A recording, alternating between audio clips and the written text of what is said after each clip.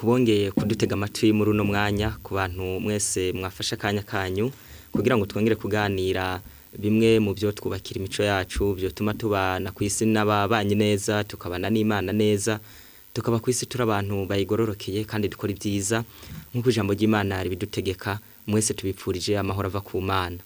Ubwo mugiye kuganira muri uno mwanya rero nk'uko musanzwe mukurikirana kino kiganiro citwa umuntu muzima kica kuri no mbonesha kure ya Heritage akaba ari Eric Nshimirimana. Ijambo tugiye kuganira rikaba ritubwira ngo ubwonko buzima ni kiganiro cyo mu rukurikirane rw'ibyo twatanguye kubijaniranye n'ubwonko ico bitwa cerveau kugira dushobore kubwiga kandi tubwige mu buryo bwagutse. Uno munsi rero ico tubaganiriza ku ngingo y'ubwonko nuko mu bakurikirana ibintu bya psychologie ibintu by'amakarakterologie ibyo bintu byose ku bantu babizi neza basanga ko ubwonko iyo bugwaye umuntu ntashobora kwizera ntashobora kuba umuntu w'Imana ntashobora kugira imico myiza ntabana neza n'abandi ntakora akazi bamuhaye neza ntashobora kuyobora urugo rwiwe neza ntashobora kuba umumama mwiza mu muryango ntashobora mu ncamake gushobora kuba umuntu yujuje ibyangombwa ahari hose. Niyo mpamvu nkuko twabibabwiye muri Bibiliya hatubwira ibintu bikomeye cyane byerekana ko ingingo yitwa ubwonko kuko ari wo mutima uvugwa na Bibiliya ikwiye kongera kurindwa cyane abantu bakamenya indwara z'ubwo bwonko n'ukuntu bo zivura. Iyo dusomye rero mu gitabo ca Yesaya ni gice ni ca mbere umurongo wa 6 aratubwira ngo uhereye mu bworo bw'ikirenge ugashitsa ku mutwe nta hazima hariho atari ingoma n'ibipfupfuri n'imishishagu bitigeze gukandwa canke ngo gupfukwa canke kubombekeshwa amavuta. No kuvuga ngo ijambo ry'Imana rirebye ritweretse neza yuko abantu uhereye mu bworo bw'ikirenge ugashitsa mu mutwe nta hazima hariho ngo n'ibipfupfuri n'imishishagu n'ibintu bitigeze gukandwa. Ibyo byose rero ni imvugo y'Imana. No kuvuga ngo Imana yirebye abantu bari ku isi yisanze abantu bose nta hazima hariho abantu bagwaye. Niyo mpamvu mu byo tubonesha amaso nawe iwawe biriyo ushaka kubibona ku babanyi bikuriko by'ukurugereje kureba mu bintu kimwe mu bintu bibangamiwe cyane kurusha ibindi ku isi harimwo imibiri y'abantu. Imibiri y'abantu irabangamiwe muri kino gihe cacu nk'uko iyobokamana ribangamiwe nk'uko imico ibangamiwe ndetse n'iyi si nayo irabangamiwe. Icyo rero tugiye kuganira ni indwara z'ubwonko. Indwara z'ubwonko nizo tugiye kuganira muri no mwanya mwegera hafi y'imbonesha kure zanyu kugira ngo tuziganire kandi twitonze. Indwara yo tubabwira no munsi ni indwara zitatu zibangamiye ubwonko cyane. Umuntu wese rero agerageze kumva iya mbere turaganira cyo bitwa insomnie ni indwara yo kudasinzira neza. Umuntu yayikangura bigacika gaca rigenda burundu canke umuntu ntarironke. Iyo ni ya mbere. Iya kabiri tuzakugana nico bitwa depression. Iyi ndwara yo kwihebura gucika intege kumva wobihiba iyo ndwara bitwa depression irimo ibintu byitwa ama stress niyo tuzakugana. Iyindi ni indwara y'ubwonko yitwa Alzheimer. Izo ndwara rero zitatu muri uno mwanya mwese muduteza amatwi nizo tugira tuganire twitonze. Iyi ndwara yitwa insomnie ni kuvuga ngo kudasinzira neza mu ncamake programa y'itiro ikagenda nabi ibangamiye benshi. Mu gitabo citwa La Guérison Divine haratubwira neza ko kimwe ca gatatu c'ubuzima bw'umuntu ukimara mu buriri. Ni kuvuga ngo itiro riri mu bintu bikomeye cyane byagenewe umuntu kugira ngo ashobore kuruhuka ingingo zisubire kuri gahunda izindi nazo zishobore kuzoronka ubundi bushobozi bwo gukora neza ejo bisaba ko umuntu aryama. Niyo mpamvu kudasinzira navyo neza biri mu bintu bibangamiye iki kinyejana cacu bituma abantu bakora ibintu ukayiberwa yuko babaye abasazi babaye ibikoko bitewe nuko itiro mu bwonko riba ryaragabanutseyo. Niyo mpamvu kimwe rero mu bimenyetso biranga ko ubwonko bw'umuntu bugwaye no kubura itiro. Iyi ndwara kubura itiro rero iyo umuntu akunda kuyigira biba biranga ko ubwonko bwiwe bugwaye. Hari impamvu rero zitandukanye ziranga zitera iyi ndwara yitwa insomnie. Iya mbere nico bitwa souci. Muri Bibiliya muri Luka igice ca 21 umurongo wa 34 haratubwira neza ko abantu Imana hari ibyo yanditse kugira ngo abantu bashobore kumenya neza ko bakwiye kuyifata. Haranditse iri jambo ritubwira ngo ariko mwirinde kugira ngo imitima yanyu ntiremegwe no kudandahirwa no kuboregwa n'umwitwarariko w'iby'ubugingo, ngo uwo munsi ntubaze ko giturumbuka nk'umutego. Umunsi w'umwami ari we Yesu Kristo uzoza giturumbuka nk'umutego ku bantu bagize ibyo twakudandahirwa. Mu Gifaransa handitse ngo ni excedement et devoir, nibyo twakudandahirwa. Iyo mitima bavuze ngo iremegwa hano n'ubwonko, kuko baravuze ngo ntihagire ngo ntiremegwe no kudandahirwa, kandi hejuru y'ibyo batweretse neza ko hari ibyo bitwa umwitwarariko w'ibyo bugingo. Mu Gifaransa handitse ngo ni souci de la vie, amaganya y'ubuzima. Ayo abantu benshi, iyo nimwe mu mpamvu ituma abantu benshi ku isi badasinzira. Ni ukuvuga ngo abantu benshi bararushe. Hariho abantu barondera ubutunzi bw'isi nk'ababutaye, umuntu yabwiruka ko bukanka, yahomba karara atajyamye. Ibyo bihombo byinshi bituma abantu benshi bagira ku buriri, akiyumvira imitahe yari yashizemo, akiyumvira ibyo yahombye, byo gatuma adasinzira. Cya kabiri, hariho abantu babura akazi bakabona, umuntu akazi yari yakaronse bakakamwima. Umuntu ashobora, hari abandi nabo bagira ugasanga umuntu afise programa ziruta amasaha afise, ibintu akaba yashaka amasaha muri yiyongere kugira programa afise zishobore gushoboka. Abandi nabo mishahara baronka ntabwo ishobora gukemura makene bafise. Ni kuvuga ngo ibyo bintu byo kuronka amafaranga ariko arutwa n'ibibazo ufise, ibyo nabyo bitubihejeje abantu benshi mwizunga ryo kwiyumvira. Umuntu yagera ku buriri tiro rikaguruka ngo burya ngo insomni, kandi ari ibibazo byinshi. Kindi naco nuguhemukirana. Abantu benshi muri ino si hari uguhemu bwinshi. Umuntu ushobora gukorana ikintu akaguhemukira, ushobora gukundana n'umuntu akaguhemukira. Umugabo muri ino misi yo yuzemo imiryango y'imyaku, umugabo n'umugore n'abana bafitanye ibibazo byinshi cyane. Ushobora kuba ufise umwana yakunaniye, ushobora kuba ufise umugabo yananiranye, umugore yananiranye, ibyo wagera ku buriri bikakubuza itiro. Nukuvuga ngo mu gitabo ca Yobu igice ni ca 11 umurongo wa 20 haratubwira ngo ariko amaso y'abanyakibi azokoboka, ntibazobona aho guhungira, kandi ibyipfuzo byabo nugupfa. Ni kuvuga ngo abantu benshi bo ku isi, abantu bumva yuko ibyipfuzo byabo icobaha amahoro nugupfa. Zamo umuntu muri no mihisi avuga ngo yaba nari nipfiriye no kwiyahura, byogenze gute. Ibyo byose iyo minaniro nubwo buruhe, kutabona inyishu y'ibibazo byinshi bigenda mu bwenge bw'abantu bikabatera imvune zo mu bwenge, ico bitwa shock moho. Iyo ni impamvu ya mbere yitwa souci, ari byo byitwa maganya, ituma abantu benshi badasinzira. Ni kuvuga ngo iyo mu bwenge mu bwonko, iyo maganya yuzuyeyo, umuntu agwara iyo ngwara bitwa insomni. Ubwonko ro ntabwo bwemererwa kugira ibintu bitwa amaganya. Niyo mpamvu Bibiliya Yesu yavuze ngo nimuze abaremerewe, abarushe n'abaremerewe ndabaruhure. Ibyo ni muri Matayo 11:28. Nuko nta muntu yemererwa kwikorera imitwaro n'ibibazo byo muri buno buzima biramwonona. Yesu niwe ategerezwa kwikorera ibintu byose bitubabaje, dukwiye kubimuha. Icya kabiri gitera iyi ndwara bitwa insomni n'uburuhe, ico bitwa fatigue. Ubu buruhe mugerageze kumva neza, ubu buruhe bwabo buruhe butandukanye bwo gukora cyane, umuntu agakora ibirenze ubushobozi bwiwe, cyane cyane ko bitemewe yuko umuntu agenda ku kazi atariye, atafunguye mu gatondo. Kandi abantu bakwiye kwirinda kuza bafungura bya bindi byitwa ngo ni petit déjeuner. Abantu bagafungura utwo kujya dukeya, utwo two kujya dukeya natwo dutuma umuntu azogwara obesite, akagwa n'ingwara yo kubyibuha cyane, kuko bimutera kuguma ari karajya buri kanya kugira ngo ashobore guhaga. Niyo mpamvu umuntu ategerezwa kugira ibyo bitwa alimakopiye, indya zikwiye, akagenda gukora akazi ariko yariye. Ikindi naco ni surmenage intellectuel, ni kuvuga ngo nuburuhe bwo mu bwenge. Abantu benshi bariga cyane, barasoma cyane, umuntu agasanga umunyeshure arasomya gejeje nka saa 6 z'ijoro. Ibyo nabyo ntabwo byemewe muri programa z'ubwonko. Ifisa bisazi 3 ugeze mu buriri waryamye. Ibyo bintu byose uri gukora birenze ayo masaha saa 5 saa 6, uburi gukora ubwonko ariko butarimwo. Niyo mpamvu ugeze ku rupapuro bikunanira, ugeze ku kazi ejo bikunanira, ugasanga umuntu ibitiro byinshi byamwuzuye kari ku kazi. Ibyo byose byononye ubwonko. Ikindi naco igisurmenage intellectuel yo gukoresha ubwonko cyane, umuntu ntaruhuke, ugasanga umuntu araye kuri WhatsApp, za internet, Facebook n'ibindi. Ibyo byose amateleviziyo, amakarashika, amafilime, ibyo byose ngo bituma ngo mu bwonko ngo huzuramwe amaraso menshi, amaze kuzurayo cyane bigatuma umuntu azakorera mu ishavu n'agasuzuguro. Niyo mpamvu ugasanga umuntu afise n'umutwe ukunda kumujya umenagurika. Abantu benshi bamusanga muri biro, ugasanga n'umuntu w'ibishavu, akwishura nabi, agasuzuguro. Wambwira ati nje hano nguje gukora iki, ngucara hajyo, ukabona umuntu umenga yigize igitangaza n'ikimana. Ibyo bintu byose biterwa nuko abantu bakoresha ubwenge cyane ariko ntibaruhuke. Ikindi naco gitera indwara insomni nico bitwa intimba, ni chagrin.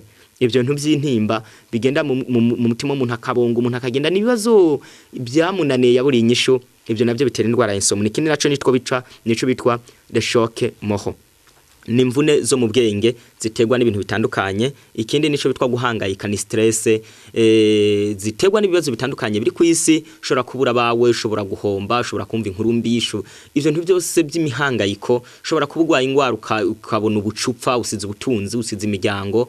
Ibyo byose by'ama stress bituma abantu bashobora kugwa ingwara ya insomnia, ku buryo uba abantu benshi no mwibarabara basigaye bagenda ukabona umuntu ariko agenda harura akora n'ibiharuro mu nzira by'imigambi yiwe. Ibyo byose ni foli, n'ubwoko bw'ubusazi ariko atari mwe bwo gutora amasashi. Ikindi naco ni spectacle violent ou excitant, no kuvuga ngo ni mikino yiteye ubwoba canke ikabura.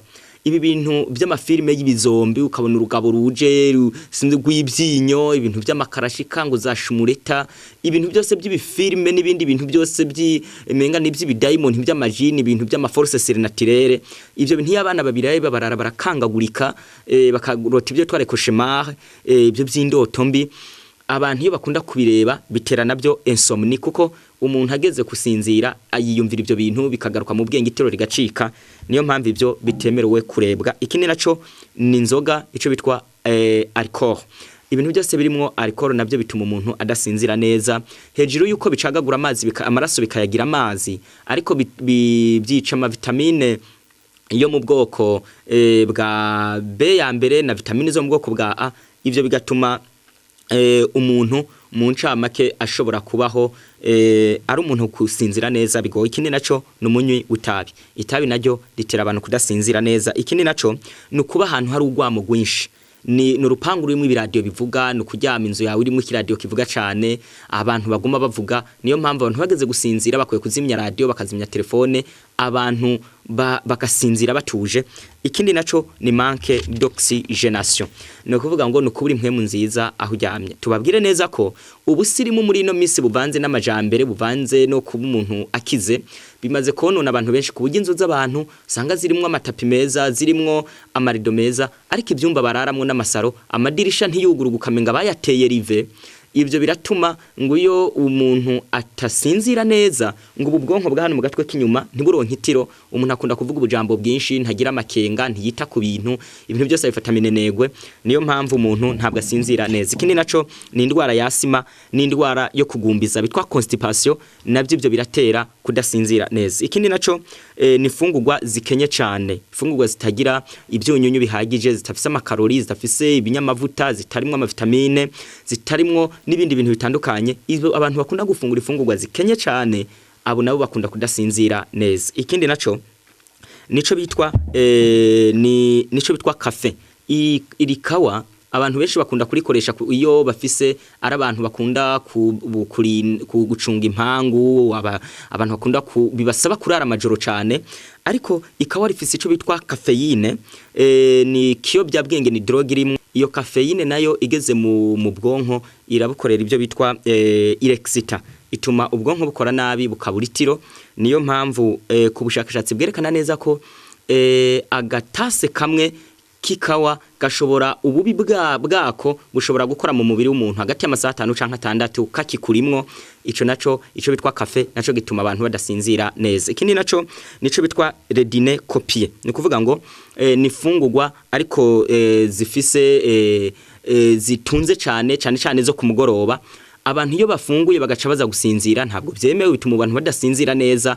Niyo mpamvu ubushakashatsi bwerekana neza ko umuntu akwiye kuryama n'imiburi biraheza amasaha 2 canke 3 yafunguye. Aho rero nyimba saa 3 bisaba tube turyamye, kandi bikabidusaba yuko amasaha 2 canke 3 aba yaheze kugira ngo dushobore kuryama. Bisaba ro gufungura mu masaha 10, naho ufungura saa 9 saa 11 sizeri ukaba mwahejeje gufungura n'umuryango wose. Bimwe byo kuza kubyura abana ngo ngwino mufungure bijya ntaho byanditse, nukutamenya ico naco mugerageze kucumba neza. Ikindi naco gitera itiro rikeya nico bitwa shokora, iyo nayo itera abantu bakunda kuyifungura cyane, ituma abantu badasinzira neza. Ikindi naco ni mercure, ni kuvuga ngo iyi mercure iba mu ma produit menshi bashira mu mishatsi, amafondote, ibyo bintu byose abantu bakoresha mu kwikora, ibyo nabyo bifise iyo mercure cyane ko yonona amafyi gikonona amahaha.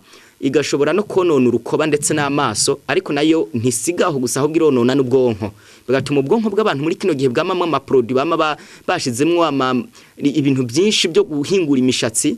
Ibyo bintu byose rero bituma iyo mercure nayo ishobora konona ubwonko. Ikindi naco ni les épices piquantes, ni ibintu by'ibirungo ariko bikaze. Ibintu by'ibirunga abantu benshi barunga mu mfungurwa byinshi ntabwo byemewe, ku buryo abantu bakwiye kumenya neza ko hari ibirungo byemewe, harimo za celery, amapoivro, harimo za romare, harimo n'ibindi bitandukanye, ibitunguru n'ibindi, ariko ibintu byose by'ibirungo bikaze abantu bamenyereye ariko byica umubiri iyo bigeze mu mushishito bigakora ku bwonko, umuntu ntasinzira neza.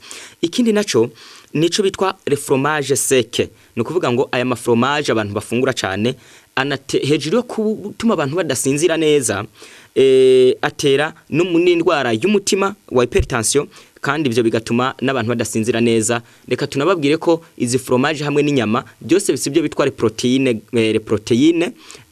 animale, no kuvuga ngo ni ndema mubiri ziba mu bikoko, zifise ibyo bitwa les acides gras saturés, ni binure ariko bikomeye cyane. Iyo rero zigeze mu mubiri zituma hari utuntu tubiri umubiri udashobora gukora, kandi ariko tujejwe gutuma umuntu asinzira. Kamwe kitwa tryptophan, akandi kitwa serotonine. Utwo tuntu tubiri iyo abantu bakunda gufungura indema mubiri ziva mu bikoko zirimo amata, amagi n'ifi n'inyama n'amafromaje menshi bikagwirana, ivyo bituma utwo tuntu tubiri tudakogwa, bigatuma abantu bashobora kudasinzira neza, cyane cyane iyo biriwe nko mu ijoro. Ikindi naco nitwo bitwa le soda. Ibyo bintu byose birimwo cyane cyane iyo zirimwo caffeine, nazo zituma abantu badasinzira neza, cyane cyane abana. Ikindi naco gituma abantu badasinzira neza ni kawa, bambe ni icaha umuntu yanyegeje, nico bitwa empêché caché. Muri Timotheo wa mbere igice ni cyambere umurongo wa 19 aratubwira ngo ugumye kwizera ufise umutima utari mwijwi rikwagiriza ikibi. No kuvuga ngo abantu bakuriye kumenya neza ko yugenda nica utihanye nabyo bituma umuntu adasinzira neza. Ikindi naco yindi ndwara niyo bitwa depression.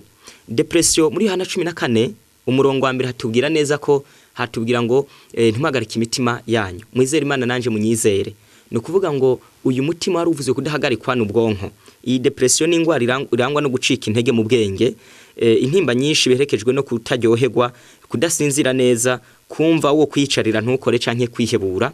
Iyo niyo ndwara bitwa depression. Igwaye abantu benshi giramo 5 tugira tubabwire muri uno mwanya. Ubwa mbere depression igize hariyo twa depression psychique, no kuvuga ngo iyo kwihebura kugeze mu bwenge bujejwe gutunganya umuntu arangwa n'ibi bintu bikurikira: kugira umubabaro uboneka mu maso, kuba intashima, umuntu ntashime, umugabo yaguriye igitengo umugore ngo ikisico, impunzu si y'umwana atanyugwa. Abantu muri no minsi bagwaye ibyo bitwa insatisfaction, no kutanyugwa, umuntu mbashaka biriya yaronki bagashaka bijya. Ikindi naco no mutekano muke wo mu bwenge. Ikindi no kudaha ibintu agaciro, gutaha ibintu valere. Dushobora kuba ko tuganira nibi bitewe nuko ugwaye depression yageze mu yo twa depression psychique, nibi ndi kumvuga ntubyumve ntubiha uburemere bwabyo bitewe nuko ugwaye. Ikindi naco no kutagira uwo wubaha, abantu b'ingeso mbi, atareba umusaza n'ugize nte umuntu abo murusha amafaranga n'amashuri ukumva umuhonyora ko, ibyo nabyo ntabwo byemeye muri logique y'ibintu. Ikindi naco ni imigambi yo kwiyahura, ukumva umuntu ngo je no kwiyahura ngo mbere je mumbandanije. Ibyo byose umuntu abagwaye depression psychique. Ikindi naco hariho depression psychomoteur, ikiranga mubwe ibigeze mu bwenge bushinzwe gukoresha umubiri, umuntu arangwa n'ibintu bibine bibi. Icambere ni kutagira imigambi yo kwibeshaho, ugasanga n'umukobwa n'umusore areka dafise kazoza mu mipango yiwe, na mugabo n'umugore bajejwe kujya gusa bakajya biruta amafaranga binziza, abo bose baba bagwaye mu bwenge. Ikindi naco n'uburangare no kudafata mu mutwe. Ikindi n'uburuhe bwo mu bwenge no mu mubiri. Hanyuma icanyuma no kugira ubunebwe, ugasanga umugore no kwicara ngaho gusa kadogoza nibi, nuwo kujya ntiyomesa ntiyokoropa. Ibyo bintu byose byo kugira ubunebwe, abana batagira ico bitatona imesera n'amasokse, umwana atazi kwisasira uburiri ndatokwitorera na pongo yituma ahubwo buri gihe bamuzanira buhagira kandi akuze. Ibyo byose abantu aba bavyeyi bakora ibyo baragwaye, n'abana bemera gukorerwa ibyo nabyo baragwaye. Ikindi naco ni depression somato-instinctuelle. Iyi depression iyo bigeze aha umuntu akunda kugwara ico bitwa anorexie, ugasanga umuntu ntabwo agifisa apeti yo kujya. Ukibaza ngo kudashaka kujya kuko umuntu wese bisabaje, ariko ugasanga umuntu gufungura nta apeti akigira.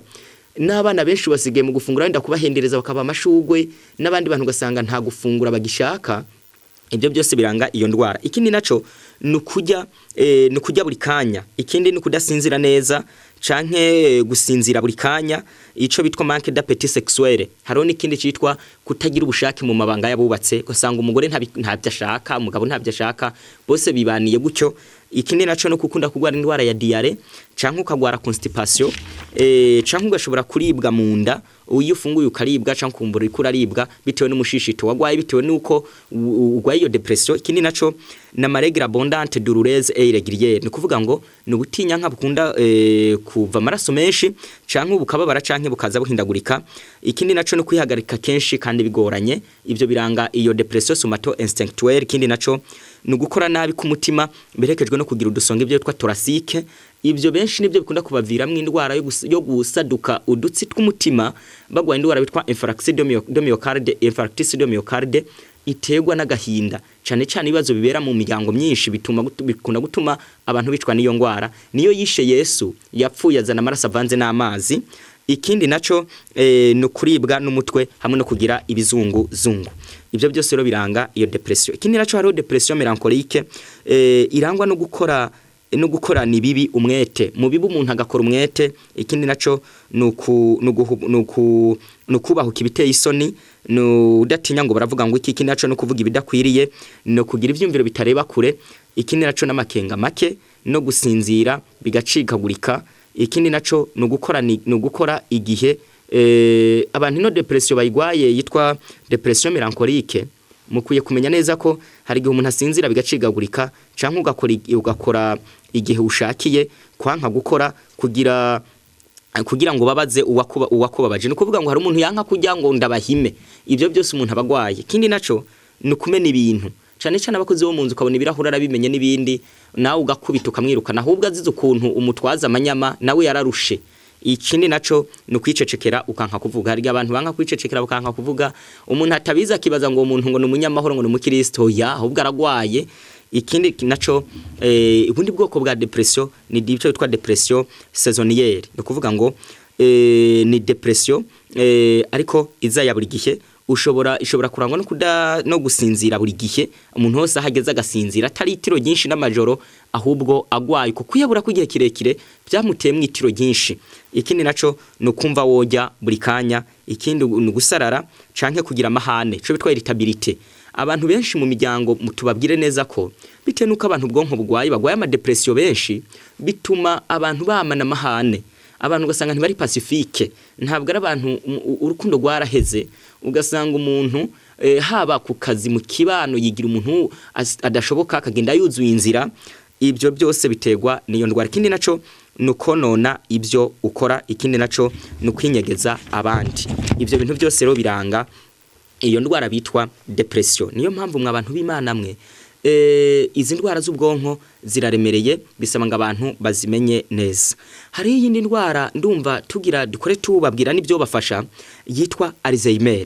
Ni indwara nayo mu bwonko. Mu Dr. yitwa Catherine Chaperon-Abrique yagerageje kuyivuga ko ibintu byinshi cyane, irangwa n'ibintu byinshi. Shaka ko umuntu wese agerageza kumva. Icambere no kutagira gahunda mu bwenge. Wabugiye gusura umuntu wagira kwibara ugahura n'uwundi ukavumuratera inkuru kibagirwa ibyo warugiyemo, ubwo nubwo bugwayi bufise. Ikindi nico bitwa perte de mémoire, kudafata mu mutwe. Ikindi ni kudatahura ibintu neza, kuvuga ibintu bitumvikana neza, guhindagurika mu mico, kwibagirwa vuba aho uherutse kubona.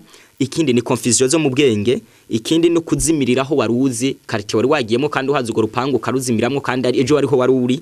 Ikindi ni hallucination na mayere kwa ibinyoma. Ivyo bigure mu mashengero y'iki gihe ngo yeretswe ngo yavuze ibintu. Ivyo nabyo iyo ndwara uyigwaye mu bwonko buri gihe uryamye ubona ibintu.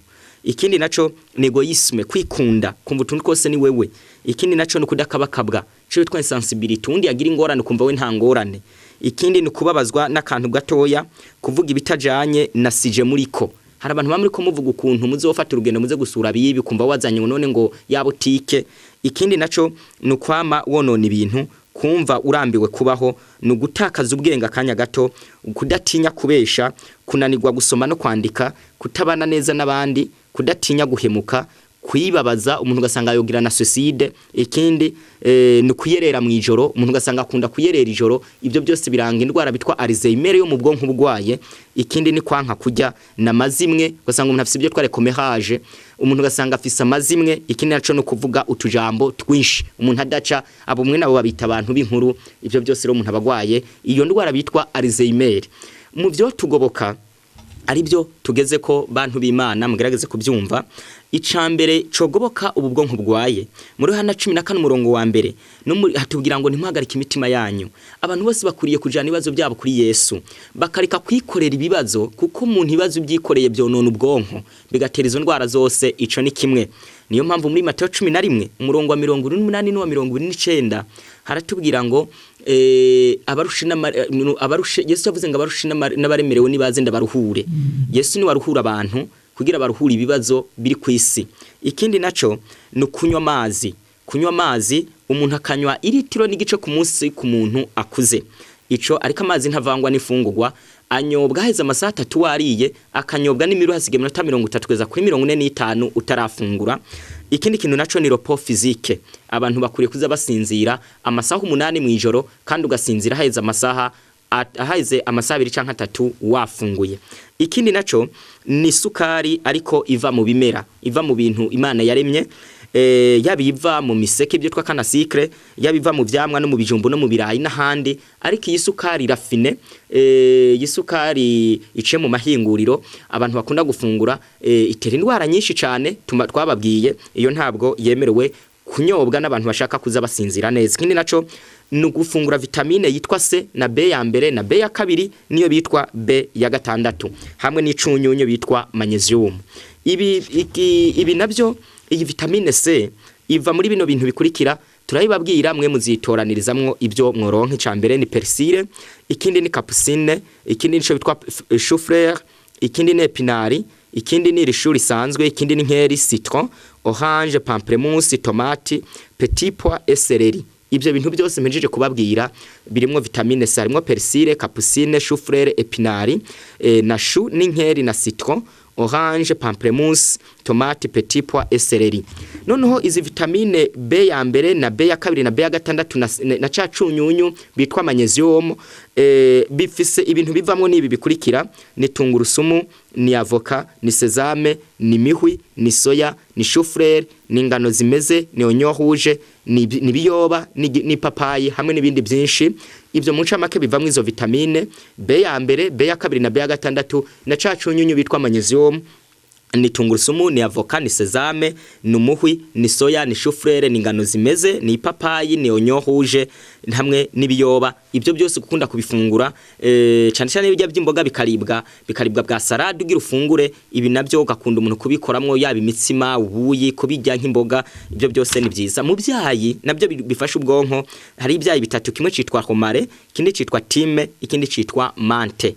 Rero mwa abantu b'Imana mwe mu ngingo yo kurebera hamwe ubwonko buzima, muri kino kice ca kabiri aho twababwira ingwara z'ubwonko zimwe, reka dusabe Imana nyina amahoro ishishikare kudutahuza, ishikare kuduha ubwonko buzima, umuntu wese yumve ko yifise ku ruhara. Tubabwire ngo ntabwo bizoshoboka kubana neza n'abandi, ntabwo uzokunda ijambo ry'Imana, ntuzokunda bawe. Aha mubona abantu ibyaha byarengeranye, aho umugabo asigaye asambanya umwana wiwe, ugasanga abantu basigaye basambana n'ibikoko, abantu bakagenda uko bakosiga ibintu bakora menga bataye umutwe n'ubwonko bugwaye. Rero Imana ishishikare kudutahuza. Mukeneye izindi siguro n'ubundi bumenyi, mushobora gusoma bino bitabo bitatu. Hari ico bitwa Vivre sans stress, nico bitwa Un cours na guide des aliments volume ya kabiri. Rero Imana iduhe kumva no kumvira no kugira ubwonko buzima mu izina rya Yesu.